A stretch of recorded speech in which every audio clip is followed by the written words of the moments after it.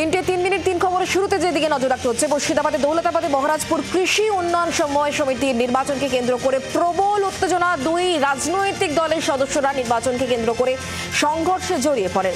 পরিস্থিতি সামলাতে পুলিশকে লাঠিচার্জ করতে হয়। এলাকায় উত্তেজনা এখনো পর্যন্ত রয়েছে। জানা গিয়েছে দৌলতাবাদ হাই স্কুলে ভোট গ্রহণকে কেন্দ্র করে ব্যাপক উত্তেজনা সৃষ্টি হয়। সিপিএম এবং কংগ্রেসের তরফ থেকে অভিযোগ করা হচ্ছে তৃণমূলের লোকজন মারধর করে জোটের প্রার্থী এবং ভোটারদের এলাকা ছাড়া করেছে, তাদের এলাকা ছাড়া করার চেষ্টাও করে তারা, এমনটাই অভিযোগ। এখানে কি করছিলেন আপনি? কি করছিলেন?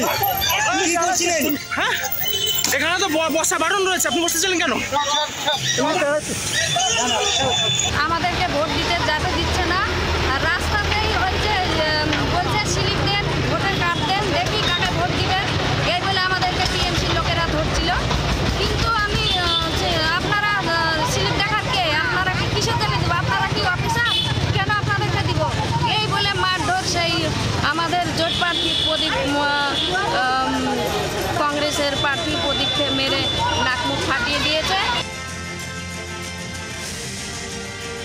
তৃণমূলের অনেক বড় নেতার শুভেন্দু যোগ, ফের বিস্ফোরক হুমায়ুন কবির।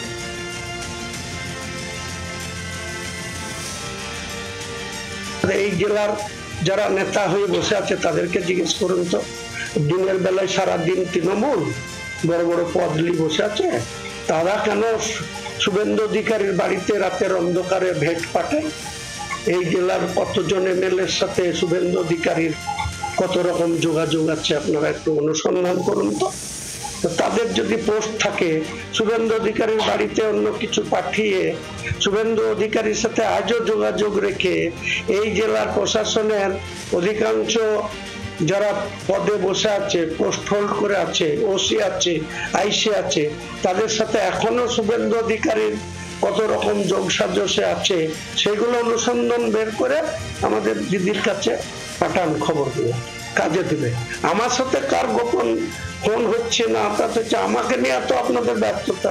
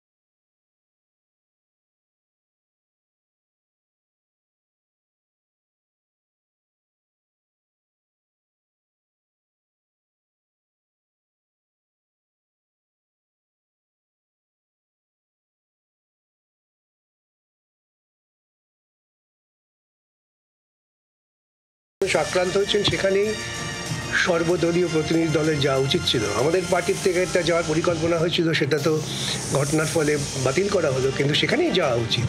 তাহলে এদের বটেই তো, বটেই তো, এটা তো যাওয়া উচিত, তো স্পটে যাওয়া উচিত। তৃণমূল যে সিদ্ধান্তটা নিতে পারলো সেটা বামেরা নিতে পারলো না কেন? নেয়নি, যাই সেটা দুর্ভাগ্যজনক, কিন্তু আমার নিজের মনে হয় যে উচিত ছিল সর্বাগ্রে কাশ্মীরে আক্রান্ত এলাকায় যাওয়া। সেখানে বামপন্থী যারা কর্মী আছেন, তারিক আমির নেতৃত্বে তারা লড়াই করছেন, তো বামপন্থীরা তার জায়গায় আছে, কিন্তু আমি মনে করি একটা অল ইন্ডিয়া ডেলিগেশন সেখানে যাওয়া উচিত।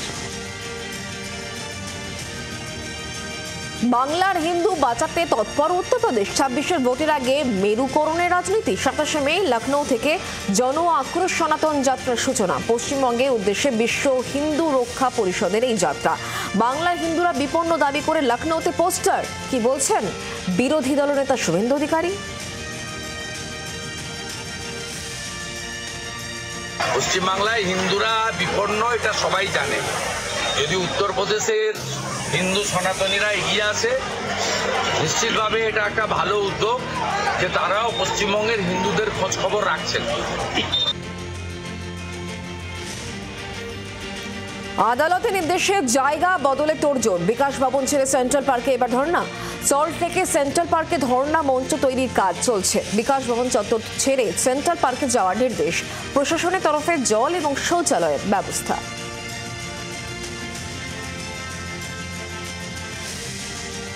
আমরা বিজেপি, সিপিএম, কংগ্রেস সব রাজনৈতিক দলের অফিসে গিয়েছি। আমরা পথ খুঁজছি কিভাবে এই অবস্থায় সব যোগ্যদের চাকরি বাঁচানো যায়। আমরা গতকাল বিকাশ রঞ্জন ভট্টাচার্য আইনজীবীর কাছেও গিয়েছিলাম। আজকে এসেছি প্রখ্যাত আইনজ্ঞ অভিজিৎ গাঙ্গুলি স্যারের বাড়িতে। দীর্ঘ আলোচনা হয়েছে। আমরা এখন সুপ্রিম কোর্টে মামলা লড়তে পারি কিনা, কিভাবে চাকরি বাঁচানো যাবে, স্যারের সাথে সেই বিষয় নিয়ে আলোচনা হয়েছে। আন্দোলনকারীদের বক্তব্য শুনলেন। এবার শোনাবো ধর্ণা নিয়ে ঠিক কি বলেছেন রাজ্যের শিক্ষামন্ত্রী ব্রাত্য বসু। ফলে আমি তো একাধিকবার বসেছি। এটা আমাদের বুঝতে হবে যে সরকার ওনাদের সর্বতভাবে সহযোগিতা করতে চাইছে। যদি বুঝতে চান কি আলোচনা করতে চান সেটা একটা নির্দিষ্ট ঠিক ফর্মে আমাকে একটা চিঠি দিন। যাই হোক, ওরা একটা কথা বলেছেন, সেটা আমরা শুনেছি। আমাদের দপ্তরের পক্ষ থেকে নিশ্চয়ই কেউ না কেউ কালকে ওদের সঙ্গে যোগাযোগ করবেন এবং পরীক্ষা যদি নতুন পরীক্ষা যদি দিয়ে তারা যদি আবার তাদের নেওয়ার অবকাশ হয় সেটাকে কি মামলা করে আবার কেউ কেউ বন্ধ করতে চান। এই নেতিবাচকতা অনেক দিন ধরেই ওদের মাথায় ঢোকানো হচ্ছে। ময়নায় বিজেপি নেতা খুনের মামলায় এনআইএর হাতে 2 বছর পর গ্রেফতার মূল অভিযুক্ত মনোরঞ্জন হাজরা। এনআইএর ভূমিকায় খুশি বিজয় কৃষ্ণের পরিবারের সদস্যরা। অভিযুক্তের ফাঁসির দাবি জানিয়েছে মৃতের পরিবার। বিজেপি নেতা বিজয় কৃষ্ণ ভূঁইয়া খুনের মামলায় দীর্ঘ তল্লাশি চালিয়ে এনআইএ গতকাল রাত্রিতে মূল অভিযুক্ত মনোরঞ্জন হাজরাকে ময়না থেকে গ্রেপ্তার করেছে। তাকে গ্রেপ্তার করার পর কলকাতার উদ্দেশ্যে নিয়ে যাওয়া হচ্ছে। এনআইএ তদন্ত ভার পাওয়ার পর অভিযোগ তোলা হচ্ছিল যে 36 জনের বিরুদ্ধে যে মামলা রুজু হয়েছিল তাদের মধ্যে একাধিক জন গ্রেপ্তার হলেও মূল অভিযুক্ত এই মনোরঞ্জন হাজরাকে গ্রেপ্তার করা যাচ্ছিল না। তিনি বাড়িতে এসেছিলেন, গোপন সূত্রে খবর পেয়ে গভীর রাতে তাকে গ্রেপ্তার করেছে এনআইএ। এবং যে গ্রেপ্তারের পর এলাকার মানুষজন বা বিজয় কৃষ্ণ ভূঁইয়ার পরিবারের লোকজন জানাচ্ছেন যে এই ব্যক্তি মূলত অপহরণ করা থেকে খুন, তার মধ্যে প্রধান অভিযুক্ত এই মনোরঞ্জন হাজরা। ময়না থেকে ক্যামেরায় দেব মল্লিকের সাথে কিরণ মান্না, জি 24 ঘন্টা।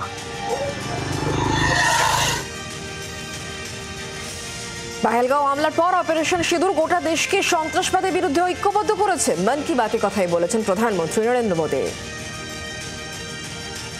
ऑपरेशन सिंदूर ने दुनिया भर में आतंक के खिलाफ लड़ाई को नया विश्वास और उत्साह दिया है। साथियों, ऑपरेशन सिंदूर सिर्फ एक सैन्य मिशन नहीं है, ये हमारे संकल्प, साहस और बदलते भारत की तस्वीर है। और इस तस्वीर ने पूरे देश को देशभक्ति के भावों से भर दिया है, तिरंगे में रंग दिया है। आपने देखा होगा देश के कई शहरों में, गांवों में, छोटे छोटे कस्बों में तिरंगा यात्राएं निकाली गई। हजारों लोग हाथों में तिरंगा लेकर देश की सेना, उसके प्रति वंदन अभिनंदन करने निकल पड़े। ऑपरेशन গদি বাঁচাতেই পদত্যাগের আবেগতাস মোহাম্মদ ইউনুসের। ক্ষমতা দখলে প্রধান উপদেষ্টার ডাকে সর্বদলীয় বৈঠক। জামাত এবং বিএনপির সঙ্গে পূর্ব নির্ধারিত পৃথক বৈঠক। দ্রুত সংস্কারের পথে হেঁটে দূরে ঠেলছেন নির্বাচনকে। স্বৈরাচারী তকমা ঘোচাতেই তড়িঘড়ি সর্বদলের ডাক। সেনার চাপে এই মুহূর্তে বেসামাল হয়ে সর্বদল বৈঠক ডেকেছেন মোহাম্মদ ইউনুস। বিএনপি ইতিমধ্যে ডিসেম্বরে নির্বাচন চেয়েছে। নিরাপত্তা উপদেষ্টা এবং 2 ছাত্র উপদেষ্টার পদত্যাগ চেয়েছে খালেদা জিয়ার দল বিএনপি। প্রফেসর ইউনুস বিএনপির ওই মিটিংয়ে বলেছেন যে ইলেকশন উনি ডিসেম্বর থেকে জুনের মধ্যে করবেন। উনি বলেছেন যে উনি জুন 30 কাট অফ টাইম এর ওই পারে যাবে না। উনি এক কথার মানুষ, উনি যেটা বলেন সেই কথাটা উনি রাখেন।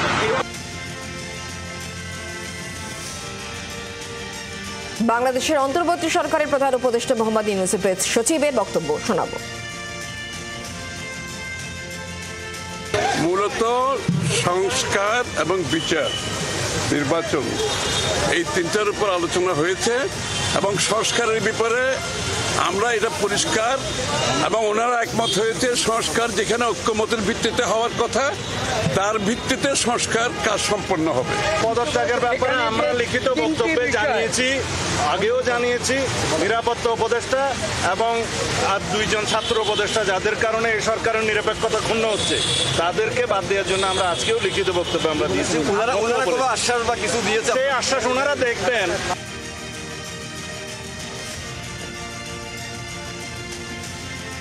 বাংলাদেশের ছাত্র সমন্বয়ক নেতা নাহিদ ইসলাম তার বক্তব্য শোনাবো এবার।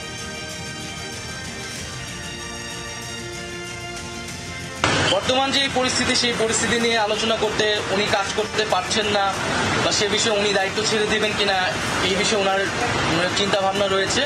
উনি যাতে দায়িত্বে থাকেন, দায়িত্বে থেকে রাজনৈতিকভাবে আলোচনার মাধ্যমে সকল পক্ষের সকল সমস্যার সমাধান করেন। কোনো রাজনৈতিক দল নয়, বরং জনগণ এবং যে গণ অভ্যুত্থানকারী ছাত্র জনতা তাদের আহ্বানেই তিনি দায়িত্বে এসেছেন এবং তাদের আকাঙ্ক্ষা বাস্তবায়নের জন্যই তিনি আসলে কমিটেড। কোনো রাজনৈতিক দলের প্রতি উনি কমিটেড নয়। এই বিষয়টা যাতে উনি বিবেচনা করেন যে কোনো সিদ্ধান্তের ক্ষেত্রে। ড্রোন কতটা বিপজ্জনক? দেদার বিকোচ্ছে ড্রোন, বিপদের সম্ভাবনার কথা বলছেন বিশেষজ্ঞরা।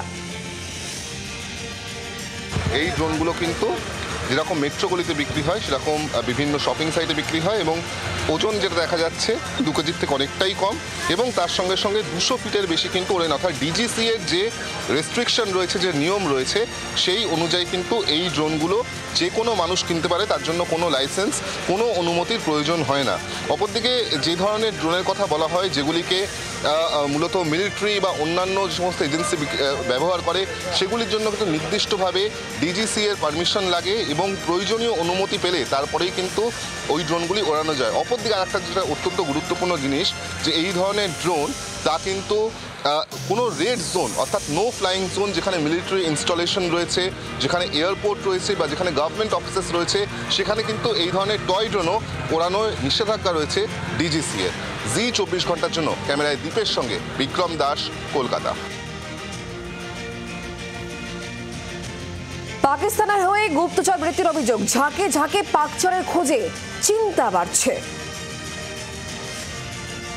উত্তরপ্রদেশ অ্যান্টি টেররিস্ট স্কোয়াডের হাতে ধৃত শাহজাদ নামে একজন পাক আইএসআই এজেন্ট এবং তাকে জিজ্ঞাসাবাদ করে বিস্ফোরক তথ্য উঠে আসছে, যেটা তদন্তকারীরা প্রাথমিকভাবে জানাচ্ছে যে এই শাহজাদ মূলত বিভিন্নভাবে লজিস্টিক্যাল সাপোর্ট, আর্থিক সাপোর্ট দিত যে সমস্ত এখানে অন্যান্য এজেন্টসরা রয়েছে তাদেরকে এবং আইএসআই নির্দেশে সে এই কাজ করত। একদিকে যেরকম মোবাইল ফোনে সিম কার্ড দেওয়া হতো কমিউনিকেশনের জন্য, অপরদিকে যে সমস্ত স্লিপার সেলগুলি রয়েছে সেই স্লিপার সেলগুলোকে উজ্জীবিত করার জন্য তাদেরকে মনিটরি সাপোর্ট দেওয়া হতো এই ব্যক্তি শাহজাদের মাধ্যমে, এমনটাই প্রাথমিকভাবে তদন্তকারীরা জানতে পারছে। আইএসআই এর মাধ্যমে যে হাওয়ালা র্যাকেট চালানো হতো সেই হাওয়ালা র্যাকেটে অত্যন্ত গুরুত্বপূর্ণ ভূমিকা এই শাহজাদ। আরও কারা কারা এই পাকিস্তান বা আইএসআই এর এজেন্ট রয়েছে এবং কোথায় কোথায় এই স্লিপার সেলগুলি রয়েছে তার খোঁজ পাওয়ার জন্য কিন্তু শাহজাদকে ম্যারাথন জেরা করা হচ্ছে, এমনটাই উত্তরপ্রদেশ এসটিএফ সূত্রে আমরা জানতে পারছি।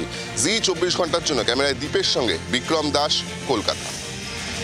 মাঠ দখলের অভিযোগ ঘিরে উত্তেজনা, নরেন্দ্রপুরে যুবককে মারধর করা হয়েছে এমনই অভিযোগ, ক্লাব সদস্যকে মারধর সহ ভাঙচুর করা হয়েছে এমনই অভিযোগ।